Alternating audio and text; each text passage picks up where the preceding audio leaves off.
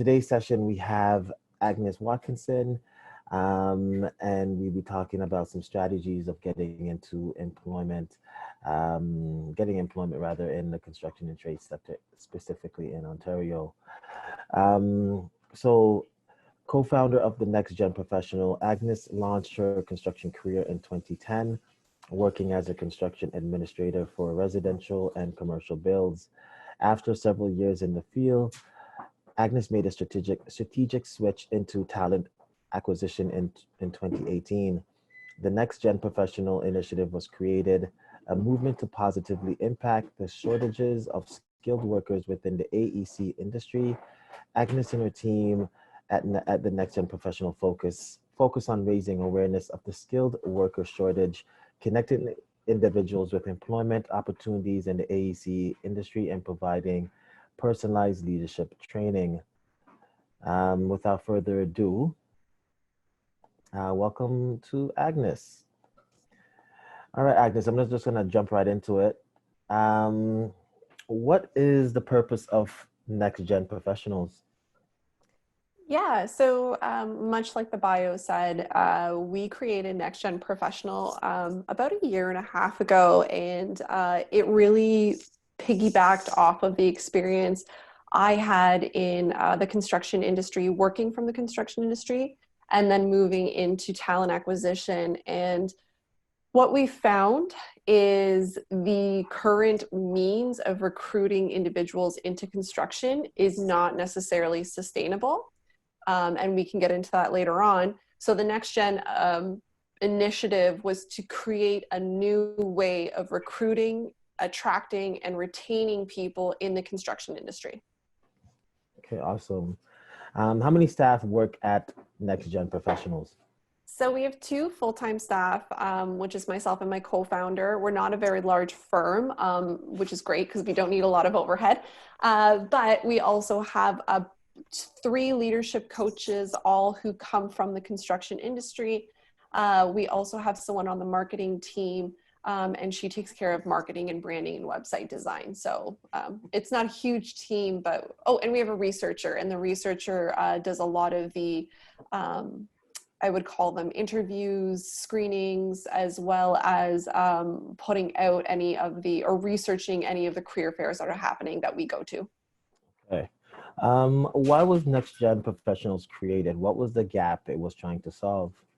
Yeah, as I stated earlier, there seems to be, actually it's not seems to be, there is, it's fairly well known in the industry that we have a massive shortage gap of individuals coming into the industry. And then on the other side is of the pool of people currently in construction, there's a mass retirement happening. So the baby boomers are all retiring. And so NextGen came in and said, look, you either have to start hiring younger people or less experienced people and start training them, or there's just not going to be anybody left in this industry. So we really advocate for new bodies to be trained and retained in construction. Do you have a formal education that prepared you for this work, or did you come into this work from a different entry point? Oh man, it was so funny that you're going to ask this. So I actually give this in a presentation to different schools that I go to. I do not come from a linear construction background. My father is a general contractor, was a general contractor, sorry. And I grew up in the trades. I went to a vocational high school where it was basically a hands-on tech school, and I learned manufacturing and tool and die basically for 4 years in high school. Mm-hmm. Did a 180, went into psychology for university. You know, it's that whole, you got to be in university, you have to get a degree. That was kind of my family's mentality. And I think it was a little flawed, but I didn't know it at the time. And because I grew up in construction, I fell back into it. I worked for a developer for a number of years and was given a job from the developer to work on a project. It was the Four Seasons, the new one in Yorkville. And I was hired to do project coordination and construction management eventually for a design firm. And I did that for a number of years. To this day, I still run projects. So as of right now, I'm running 3 residential projects with GC. So I have 3 7,000 square foot homes that I'm building from scratch.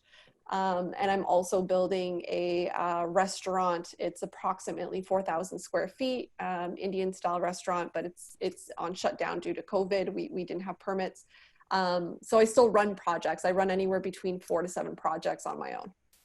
You kind of touched on something just now, in terms of, you said you went to a vocational school, and I live in Toronto East End, and there's two, growing up, there was Timothy Eaton and Bendale, which were known for, like, they're, yeah, vocational schools. But both of those schools have, like, lost funding, especially in that department. Do you find that there's a trend with this happening in the school system, and what does that mean for folks coming out, being prepared to go into the construction sector? You just hit the nail on the head. It is absolutely happening. And a lot of these technology schools, so we went and had a conversation with the Durham District School Board for the experiential learning, and OYAP was there. And OYAP, as we'll talk about, is part of the apprenticeship programs as well. And they're struggling because they've been given this mandate to put more students into technology, but then all the technology programs are being shut down and they're not being funded. Part of the issue is they have to have licensed educators in technology. So to be a licensed educator in technology, you have to have a minimum of 5 years experience in the field. And then you have to go back to school for, I think it's like 2 or 3 years to get your educational degree or diploma or certification. So university, you have to pay for it. No one's going to pay for it for you. And then when you go back into the school system, the starting salary is nowhere near what you would have gotten at your 6th year of working in the industry. It's just completely backwards. So they're losing technology instructors, and they are having a very hard time even finding someone to take on a technology job that fits that criteria. Answering that. What kind of work did you do before you co-created the Next Gen Professionals? Yeah, so I was doing way back when in my early 20s, I was doing construction administration for a developer, mostly just admin. And then I started doing the same thing with an interior design firm. They did a lot of construction management in-house. Then I turned into more of an on-site CM individual. Then I was given an offer to work for another design firm, but the headhunter turned around and basically said, like, here's an offer. Can you come work for me instead? And I was very young at the time. Construction, there's a lot of pressure in construction, especially at the firm I was working at. So I think I wanted to try something new. And I jumped into headhunting. That was, I would say, 6 years ago. I absolutely loved it. I love helping people. I love getting them the career that they want.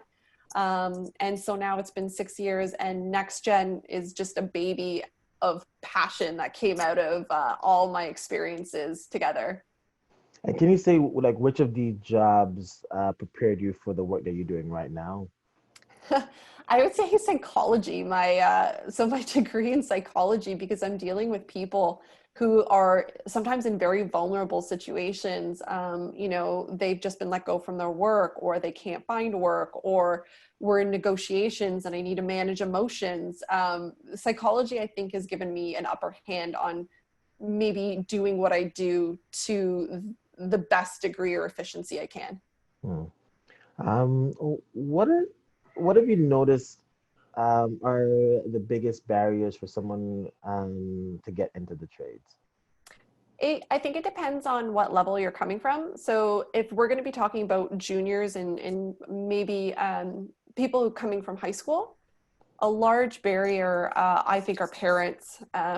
They don't necessarily see construction as a profitable, lucrative career. I do think parents, I think actually BuildForce, so BuildForce is a not-for-profit Canadian organization that does a lot of research around the construction industry in Canada. They have an actual document that younger individuals, so you're 15 through to 20 something year olds who want to advocate for a career in construction, they have a document that they can take to their parents. And it's a step by step. Okay, what does this career look like? How much money are you going to be making? And it basically gives them the knowledge and the confidence to interact with their parents and say, look, construction is a good career. I just think it's sad that we need a document to send out to tell people how great of a career it could be. If you're looking at individuals who are coming from overseas, I do deal with a lot of individuals who are immigrants to Canada or newcomers to Canada. One of the biggest issues we see are visas. A lot of employers are not quite ready to sponsor a visa unless they're coming specifically, or the employer has specifically hooked up for a sponsorship type program and they're committed fully. A lot of them just aren't interested in sponsoring. So if you can find ways around getting a sponsorship, that does help. The other thing, aside from, your typicals like communication barriers, is everyone's looking for Canadian experience. And as much as your experience overseas does matter, I don't know how to say it. And I always err on the side of being completely transparent. They want Canadian experience. And for you to get Canadian experience, even if it means taking a lesser job than what you had overseas, is a foot in the door, because if you can showcase that your skills are transferable, then you can sort of do the promotional ladder a lot faster. But I have not seen a lot of employers hire laterally from overseas. They usually ask you to cover the distance over time. So it's just managing people's expectations. Okay. What are some strategies, your top 2 strategies you give someone who wants to get into the trades? So some strategies, we can talk about union and non-union later on. It really depends on what field you're coming from. And I don't mean to be so vague. It's just, I don't think people realize how open construction is. You can come in through a trades program. You can come in through a unionized program. You can come into construction through administration and grow your career that way. You can come into construction straight from post-secondary, like a project management program. You can come in from the architectural side, so you can be on the design side and come into construction that way. There's just so many windows. So to sit there and say what type of strategy, I think you really have to figure out what your end goal is. So if you want to be a supervisor, you're really good with people, but you're also good with your hands. I just want to be on site and be a supervisor. That opens up 2 windows. You can start as a union trade, and you can work your way through unions and get to supervisor, and we can talk about what that looks like. Or you go through a non-unionized trade, which there are a few out there, and you can go through that route, and then you can go into supervisory based roles from there. So it depends. I'm sorry, it's so big. No, it's okay. I mean, one of the questions that kind of jumped at me just now was, if I can speak multiple language, whether it's, Spanish or some folks look at ESL as sort of a weakness, but really, if I know multiple language, how much of a benefit is that, for someone who's want to go into trades or even thinking about being a manager? Yeah, I don't think I've ever looked at it from that perspective of different languages. Canada is just so diverse. Maybe in the US, where there is quite a majority of individuals in a binary language, like there's English and then Spanish. Unless you're working in Quebec, we don't really use French as a secondary language. If you know other languages, it just depends on that particular organization and if they're pulling from a particular migrant pool, which I haven't seen. So I don't know if it helps. I don't see why it wouldn't. I just don't know if it helps. Okay, that's fair. What's the difference between a compulsory trade and a voluntary trade? Okay, I wrote this down because I always forget. I do know, but I always forget. So there are 23 compulsory trades. I did know that. Compulsory trades are trades that you need to register for and you will get a certificate once you complete that tells them you're an apprentice or a journeyman when you go through the program further. So they are the registered trades. There is voluntary trades. Voluntary trades are where certifications and college memberships are not required, and there is 133 voluntary trades. So altogether, I think people always think, you and I had this conversation yesterday, they're like, oh, I'm going to be an electrician, I'm going to be a carpenter, a plumber. Can I just take a screen share here, because I did do some research. Yeah, I'm gonna stop sharing and you can go ahead. Go Yeah, ahead. so I just want people to see this, because don't, my Instagram account's up. Hold on 2 seconds. Why would I do that? So I wanted to share with people what that looks like. And here you go. So can everyone see my screen? That's good. So these are the compulsory trades. And this is I'm going to send all this information over to you if you wanted to post it to the people who registered. Awesome. So these are the trades, compulsory, again, meaning you need to be registered and you will be an apprentice or you will be a journeyman candidate. And you then have a standing within a college, which is the College of Trades. So as you can see, there's a number of them, and not all of them are in construction. I actually found the site on the OCOT, so the Ontario College of Trades, where, again, just as I said, compulsory and voluntary, and you can categorize if you're looking for construction. These are the trades. They're not saying if they're compulsory or voluntary. If it's industrial, this is the industrial trades. And then if it's motive power or services. So as you can see, there's a lot, which is why when we say there's 100 to 150 of these trades, not all of them are in construction. These are the ones specifically compulsory. And then the voluntary trades, these are the voluntary where you do not have to be certified. So there's no obligation to get a certification, and you do not need a standing with any sort of college or trades. So iron workers, construction millwright. By the way, if you want to be a millwright, tons of people are looking for millwrights. Boiler makers is a huge job.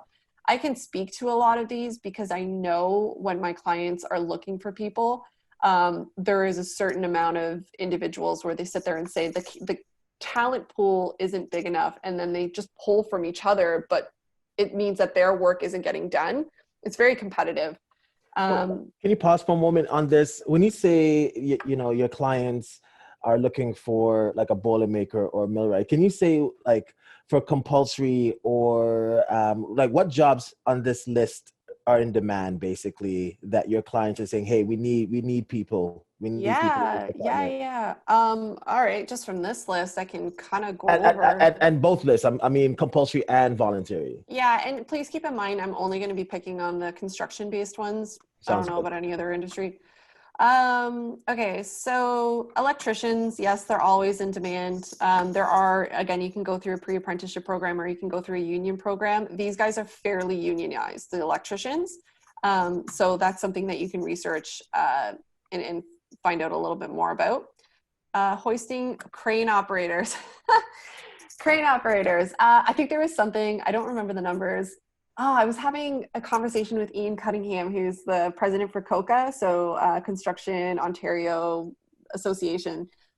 They lobby for construction rights on behalf of Queen's Park. And he's like, did you know there's like 125 cranes up in Toronto and in the GTA? And I'm like, oh my God, that's amazing. Like, that's so much. He goes, yeah, but we only have like 80 operators. So and he was telling me the story of Ellis Don, who hires one operator on a site where multiple towers are going up, and basically have one operator who does something in a crane over here.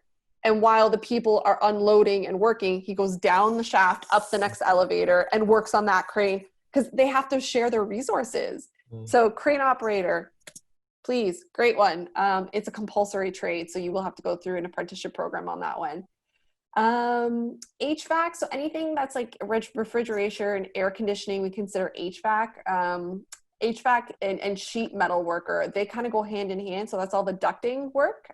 There is a lot of demand with HVAC-based companies, either residential or commercial. Steam fitters, I don't know too much about steam fitters. I've just kind of heard you need people. And then if we can go over to the next one, I kind of feel like I'm like, millwrights. So an industrial millwright or a construction millwright basically are people who can work on hydraulics, pneumatic controls. They're people who can work with brake presses, different sorts of, like if you think about a manufacturing facility and the conveyor systems and the, I would say the machinery, the millwright is the person who fixes the machinery and can even create machinery as per the demands and the schematics from the engineers. So there are people who are really good at reading blueprints. There are people who are really good at pressure, because a lot of these manufacturing facilities will, if a machine breaks down, you literally have a couple of hours to fix a machine. And you can either be contracted out to a specific organization, like the Ford plant has their own millwrights. Or you can work for an organization that you travel to different warehouses and different industrial areas and fix their machinery. This also goes for heavy machinery. So earthworks, bulldozers, drill presses that are out in the field, well, not drill presses, the big drill machines. I don't know what they're called. Millwrights would fix those as well. Iron workers, I'm sure welders, that would be sort of my idea of iron worker welder. We have heard of people needing tickets for welding and employers looking for those tickets. Cement mason, concrete workers, concrete finishers. I'm always hearing about people looking for concrete finishers. Glazing, so glazier and metal mechanic. I'm wondering if I'm thinking the same thing. I might not be, but glazing in my mind, I always think about curtain wall and window wall. So that is the glass panes that go up on the residential buildings and on the commercial fronts, including balconies. So to find somebody who can install properly that glass work on a building, that in itself, I'm sure is a non-certified role, but might be something that you can get training through the company for. So as you can see, there's a lot of demand. I don't even know if I hit on all of it, but those are the ones that stand out in my mind. That's okay. I appreciate that. Yeah. I'll did you have sharing? Hold on. Okay, cool.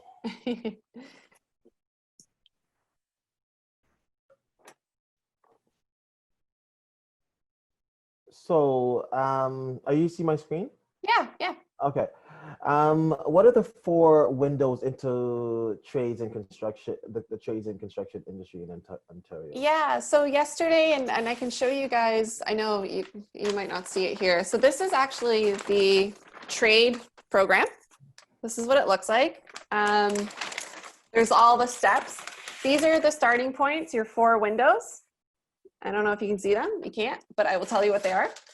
So you can start with OYAP. So if you are in high school or finishing your general education, OYAP is a school to work program.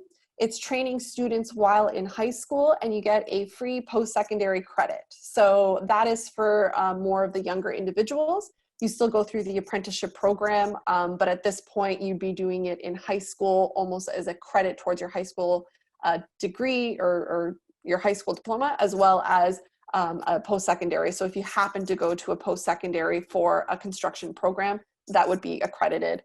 You have the pre-apprenticeship training. It's a free training program. I actually have those websites up. So we could, if you want to, we can go through. Yeah. I just wanted to give people an idea of what websites to go to, because I know it's not necessarily the easiest. So I'm going to screen share. Oh, okay. Okay, let me stop sharing. Yeah, sorry. No, that's okay. Taking over, Brandon. This is the pre-apprenticeship training program. So this is actually on the Ontario website. So it is free, as it says here. You can get this training through different organizations and colleges and agencies. The training's 52 weeks and starts at different times throughout the year. So this is one avenue that you can go through. We talked about OYAP. So again, this is the one for younger individuals. So you can actually go to their website and find out a little bit more about them, including if you are looking for an employer while you're in the OYAP program, it lists out the employers. for that particular program. It's not a paid apprenticeship if you are in OEAP, but I have heard of employers paying because it just didn't feel right about it. So, you know, I think for the most part it's non-paid. And again, that's mostly for high school. And then you have, what's this one? What's this website? No, that wasn't it. Oh, and then you have your unions. So the other way you can go through is basically what we call standard. And that's going through a union hall. So this is the Carpenters Union. We have been in the works with some programs with the Carpenters Union. The Carpenters Union and other unions, so you've got your electrical, you'll have mechanical unions, you'll have LIUNA, which is the labor force union, and then there's tons of different specialties within that. They have their own training centers. So you actually join up at a union, you go to your nearest union hall, you sign up with them, they explain everything to you. And I think it's like anywhere between $400 to $500 to do the administration and sign up. I don't know the exact number, but all the training is free. And then they are the ones who look after finding you a placement after that. So if you're looking for something that's fast, easy, and fairly free, really great place to get involved. I think you just have to find out, again, what end goal you have in mind. So if it's something where, you know, you want to be an electrician, great. You know, keep in mind that the training for the electrician is a compulsory trade. Carpenter is a compulsory trade. They will help you through the process. And I think that's what's great about the unions is there will be someone dedicated to helping you through the process. We'll talk a little bit more about you know, numbers and people who are achieving their apprenticeship and why they're achieving their apprenticeship. The fourth window is CODA. So that's the college diploma with apprenticeship training. And that's basically paid. I don't know if I can advocate for CODA only because if you're going to a post-secondary school paying for a program, getting your apprenticeship and then going non-unionized, if you really do not want to be in a union, yes, you would have to go through like a CODA-based program. If you absolutely don't care if you're in union or non-union, I highly suggest then just going union because they would pay for your training, so you wouldn't have to go into student loans or pay for the training. So that's just a personal opinion. I mean, I'm super frugal, so anything I can get that's free or relatively inexpensive, I'll go for it. And I'll stop screen sharing here and go back to you. All right, awesome. Let me start back here. All right. What do you think employers are looking for from an applicant who is job ready? So you have to split this up between union and non-union because if you are in the union, I don't think there's a job ready. I mean, they send you out, the employer is in a contract agreement with the union, so they really have no say who shows up to their site. It's who's in the union hall and who's ready and who can go. If you're looking at non-unionized, which is working for an individual, we call them open shop, what they're looking for is the skill set. What they're looking for is, I actually do a seminar on this called Skills. Brandon, you sat on one of mine, the Skills Upgrade and Resource. And we go over what employers are looking for in the construction industry. And we talk to a hiring manager and their opinion of what they would look for. And really at the end of the day, they're looking for somebody who on paper, because predominantly they're going to be looking at your resume first, can showcase their skill sets, can give examples of their skills. So if you sit there and say, well, I'm great as a leader, fantastic, please give me an example on your resume of a time that you were able to lead a team. You know, don't just say it as a buzzword. I need to see that you can exhibit it on paper. The other thing about being job ready is maybe taking, and this is again a personal opinion, maybe taking a couple of online classes in construction. Again, my webinar, my resource webinar, it's free, by the way. I go through a host, I think I go through like 20 different websites that you can get certifications, you can get training, you can get you know, diplomas and stuff like that, and they're expensive. Sorry. Go ahead. It's okay.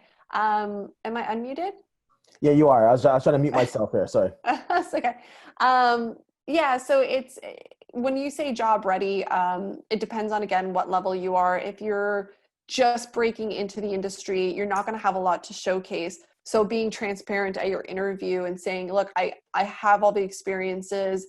Sorry, I do not have all the experiences, but I am ambitious, I am driven, and kind of showing that in the interview. They're looking for commitment right now. Employers that I know and that I talk to are looking for people who are going to stay with them for a long time because they don't want turnover. So if you can some way, somehow showcase that, that's one way I was thinking of getting job ready. Or, total plug again, jump onto one of our webinars at NextGen Professional. And we can maybe help you get some new certifications to throw onto your resume that really beef up your resume and make you look like a front runner. And how do folks, and maybe you can put it in the chat at some point, but how do folks get in contact with the webinars? And how often do the webinars happen, basically? Yeah, so we're running, I love the webinars, so I actually want to keep them going. We've been getting a great response from our community. You can reach us nextgenprofessional.com/webinars, and I will put that in the chat box. You basically go and sign up for either a Friday class, which is the leadership basics class. It's an hour-and-a-half Zoom. It's fairly interactive, and that's done with one of our leadership coaches. His name's Mike. Or you can do the skills upgrading and resources class, and that's every Thursday at 4:00. And we have a guest come on, and that is a hiring manager, and they specifically talk about their opinions on everything from resumes, LinkedIn profiles. We talk about career development and what's good, what's bad about it. We're very in depth. Okay, thank Yeah. you. This is in a conversation we had yesterday, and out of 30,000 people who start a pre-apprenticeship, there's only around 6,000 that reach the status of journey person. Why do you think this is? Right. So we had this conversation around the apprenticeship program, and as of right now, there is I would say, a reckoning happening to the apprenticeship program. And really what that is a simplification process. I hope it's going to be rolled out sooner than later. There is a huge dropout rate. You and I went over a couple of numbers, and I still have that information here. Of that 30,000 people who are coming through either a compulsory or a voluntary trade, I would say, I think the number's close to 25-30% drop off within the first few stages of the apprenticeship program. A lot of it has to do with, I think, again, an opinion, people aren't being vetted for the program. So we are not getting the right people with the right mindset, even through the front door. It's the equivalent of being a vegetarian and walking into a steakhouse, right? Like, why would you do that? So they're having these people join the program. They're putting a lot of money and effort into registering these people, getting them into seats, because seats are limited when you're going through community programs and whatnot. And then they just realize, look, I don't actually want to be in construction. I didn't know what to do. Someone told me about it, and here I am. It's not the right way of recruiting people. And at the end of the day, the 6,000 who make it out are the individuals who are like, that's what they want to do. That is very much their program. But it's such a drain on the overall process when you're losing 30%. And by the time people come out the other end, I think the success rate or the registration and completion rate is like 25%. Yeah. It's not the best. Yeah. It's a good program, and people who go through it do very well for themselves. I think it just has to do with maybe we're just not getting the right people through the front door in the first place. Yeah.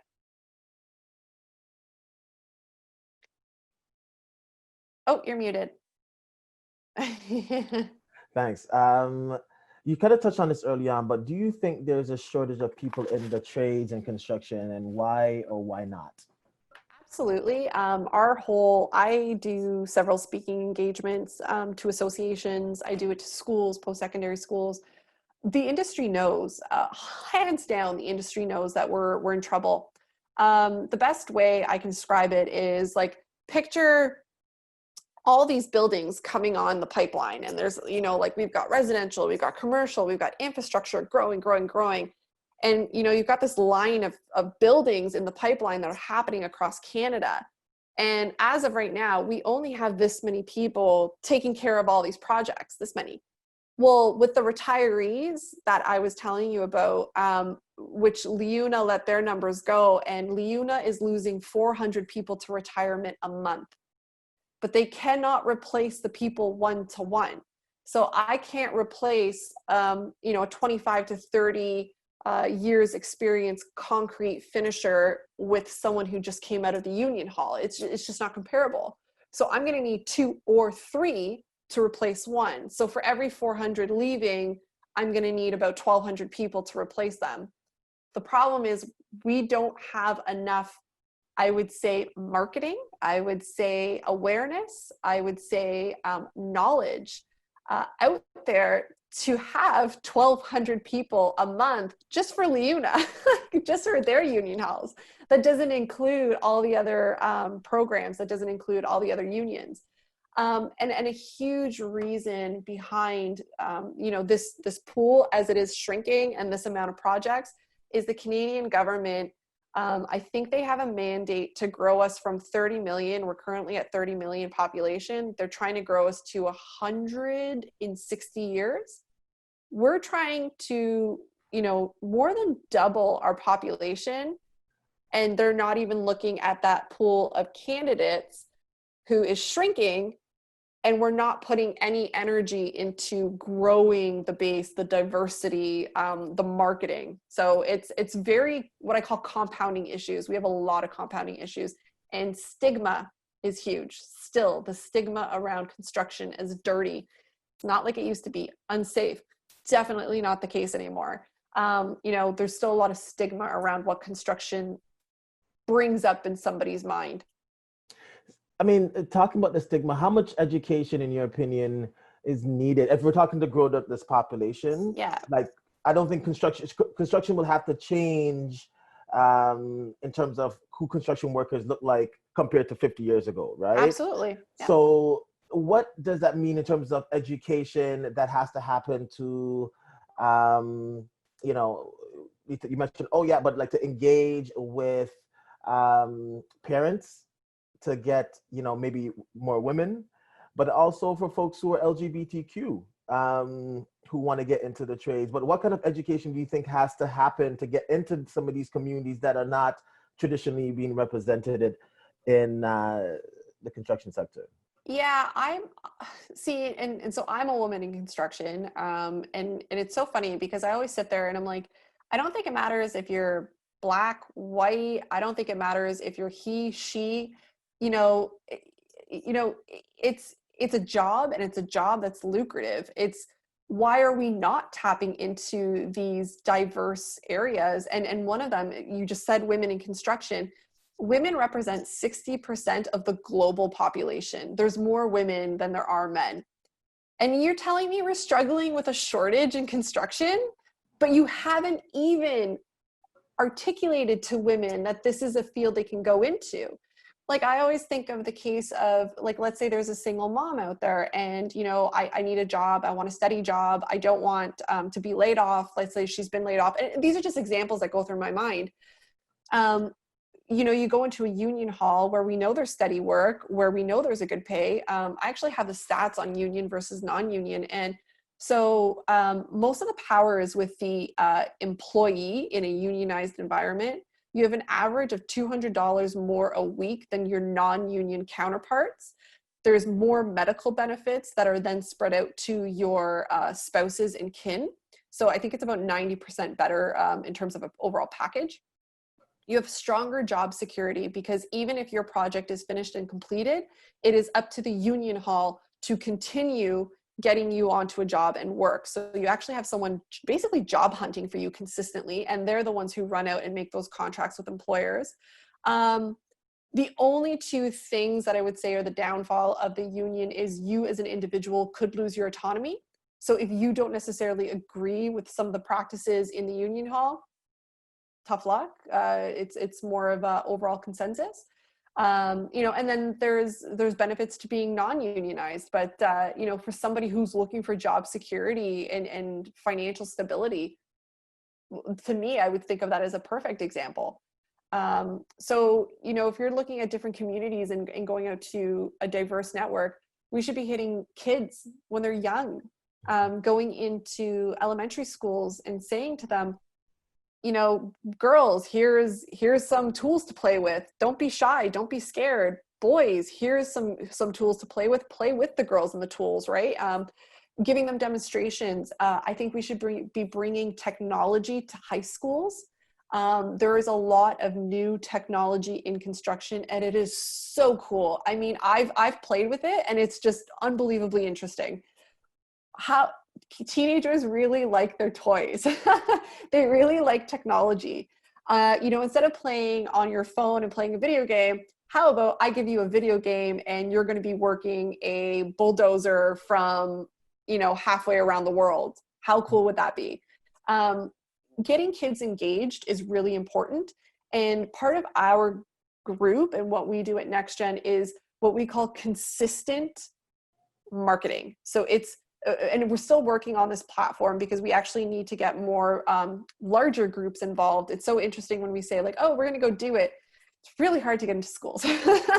So we're making those relationships, but getting to kids as young as elementary school, consistently teaching them about construction and what it actually is and what it actually involves all the way through to high school. So they've seen it multiple times.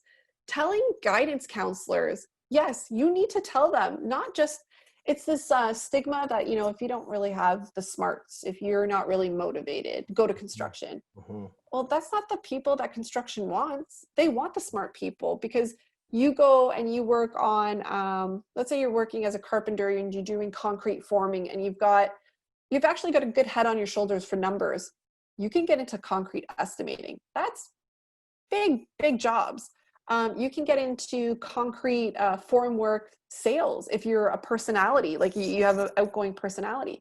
You can make really good money. I actually just put an individual into, and I'm using this example because I just put an individual who came from carpentry, concrete foreman, had a really good personality, technical knowledge of the product, went to go work for a forming company, which was my client.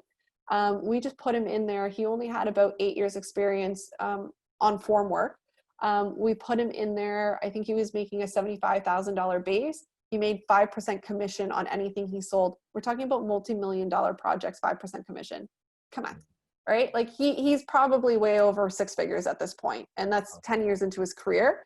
And he's in sales. He drives around, he gets a car allowance, and, you know, gets the corporate card. He's very happy.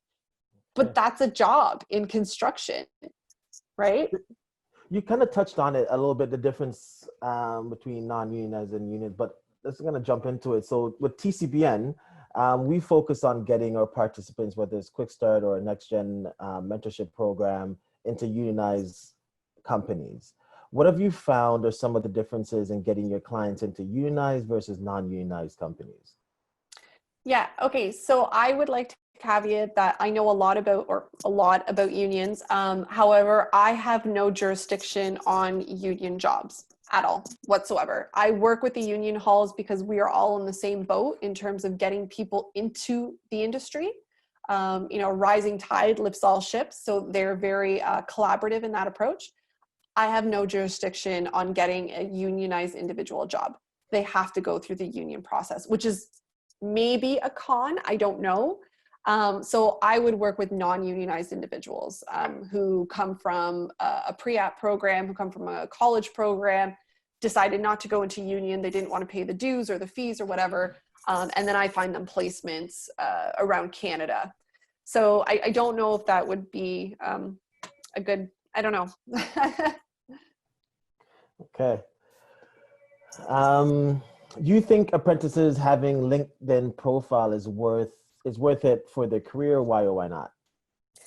I think absolutely. I don't think regardless of your job, you should always have a LinkedIn profile. You just don't know who's going to come across. I think you should be active on your LinkedIn.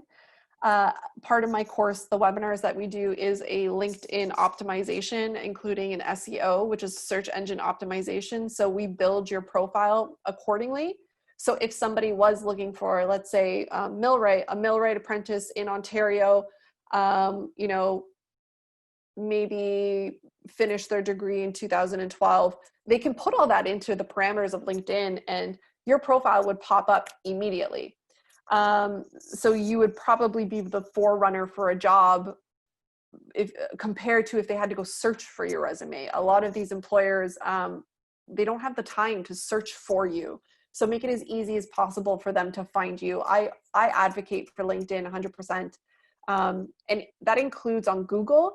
If you have a really good LinkedIn profile and you followed all the, there's like 3 or 4 points that you need to have on your LinkedIn. If someone were to Google, I need a millwright in Ontario, not LinkedIn, Google, all that information, you would actually show up on a Google search, not just on a LinkedIn search. So that's really powerful and that's really profound. That's awesome. Is it helpful to have a resume for the construction sector? Yes, always have a resume. Again, part of, you can tell me to stop talking about my webinars, but part of my webinars that we do is I actually go through resume building, how a proper resume should look. I give you examples of people I have hired over the last couple of years, and that includes a site superintendent for concrete, that includes a mechanical engineer, and that includes a project manager. So I have different backgrounds that I wanted to showcase. We show you how to build these resumes off of the examples and why we're using them as examples, what was good and what was bad about them. Resumes are very helpful. And when you get a little more experience under your belt, if you're in a non-unionized environment, again, even if you are unionized, I think it doesn't matter, project lists. That is so powerful to attach to your resume, because if you do a proper project list, which we go over, it will not only show, you know, your resume and how great you are. They click on that secondary document and all of a sudden they've got, you know, the project that you worked on, the scope you worked on, how much money that project was worth, your responsibility. And now you look organized. You look like you've just killed it in your career. And it could only be 5 projects, but you still went out of your way to showcase them exactly what you've done on that project. So when you apply for the next job, they have a very good confidence that you're going to be moving forward. For someone who does that, right? So for the folks, let's say the folks on this call did exactly what you said, did a LinkedIn and did a resume with all that stuff. How much would they set themselves aside from the competition, in your opinion? It's so funny because we actually have the hiring managers come onto the webinars with us and they've never seen those resumes. And so I play like this game host where I'm like, resume number 1, you know, check it out. And I give them maybe 30 seconds per resume as we're going through it. And the reason I do that is if somebody puts out a project coordinator job on LinkedIn or on Indeed, you know, these different areas, they can get upwards of 300 resumes. You need to set yourself aside.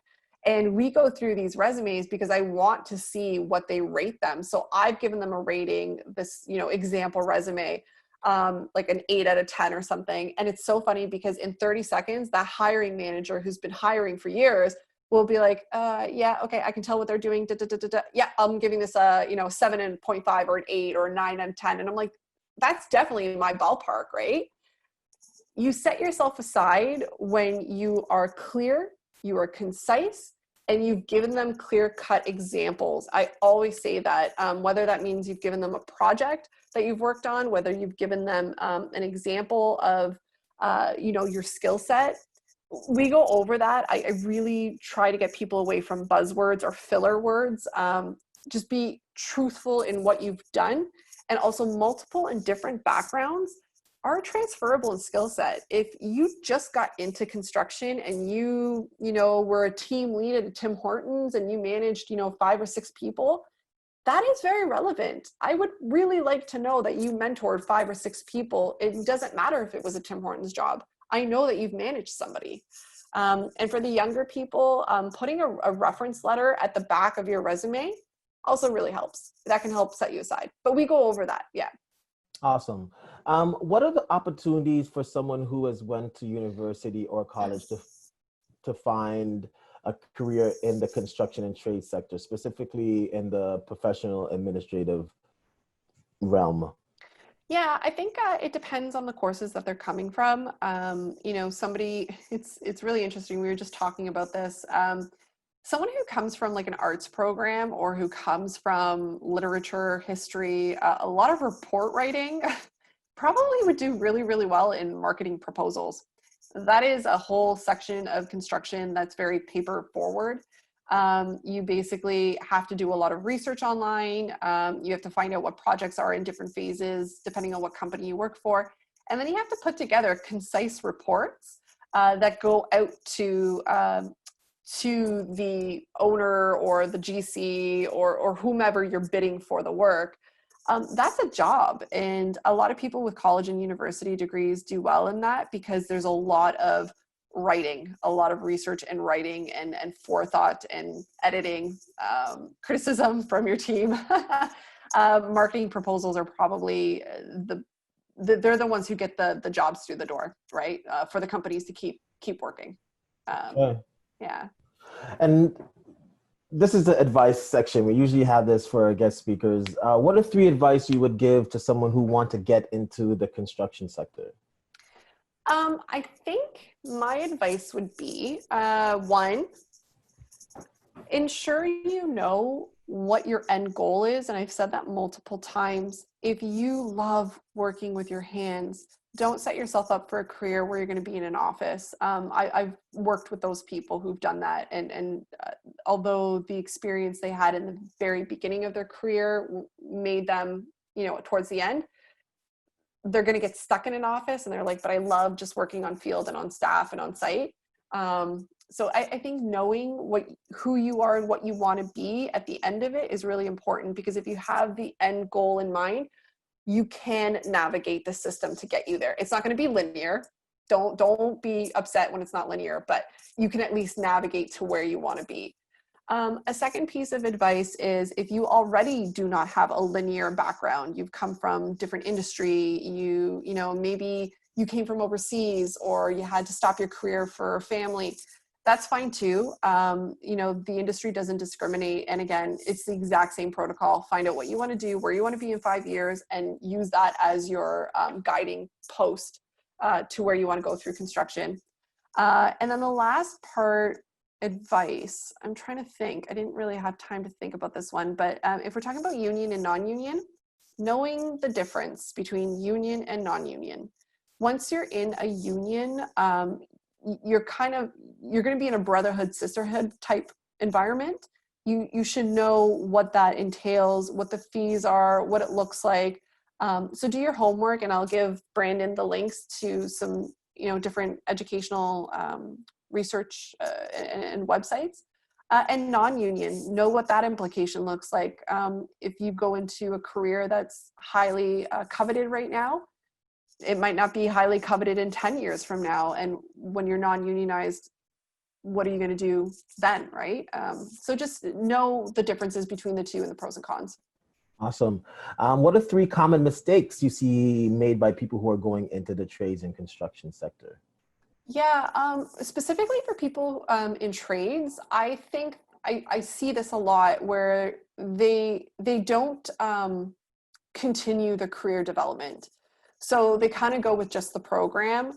And if you are in a trades-based program and you feel like eventually you want to be a supervisor, eventually you want to be in office or project manager, construction companies will hire somebody who has boots on ground experience, but they will take somebody over top of you who also knows computer skills, who also knows programming skills. And I don't mean programming like computer programming, but there's different construction software platforms. So if you slowly incorporate like, hey, I got Procore certified. Procore is one of the global software leaders, and it's a free certification program. It's free. Why wouldn't you just take those couple of hours and add it onto your resume and know that? So when the next opportunity comes out, you're not just, the guy or the girl who is doing their job head down. You've actually taken the initiative, and you're probably going to be the one that they look to elevate you to the next level. So that's a common mistake I see with trades. Oh God, with post-secondary individuals, this one drives me nuts. I work a lot with individuals who are project coordinators or project managers, and they come from a post-secondary or from the trades. They've worked their way up to an office job. All of a sudden, they get like one or two projects under their belt, and they're like, I want to be a director. I want to be a VP. And it's like, hell no, you don't want to do that. It's not about the project. If you are running at that leadership role, it has nothing to do with the project anymore. It's operational. You are now looking after like 25, 30, 35 people, site, non-site, union, non-union. Like it's so funny to see them. And I love how like driven they are. They're like, oh, I'm going to be a director. I'm like, cool it. You've got 5 years experience and you haven't even finished 2 projects. Like, cool it.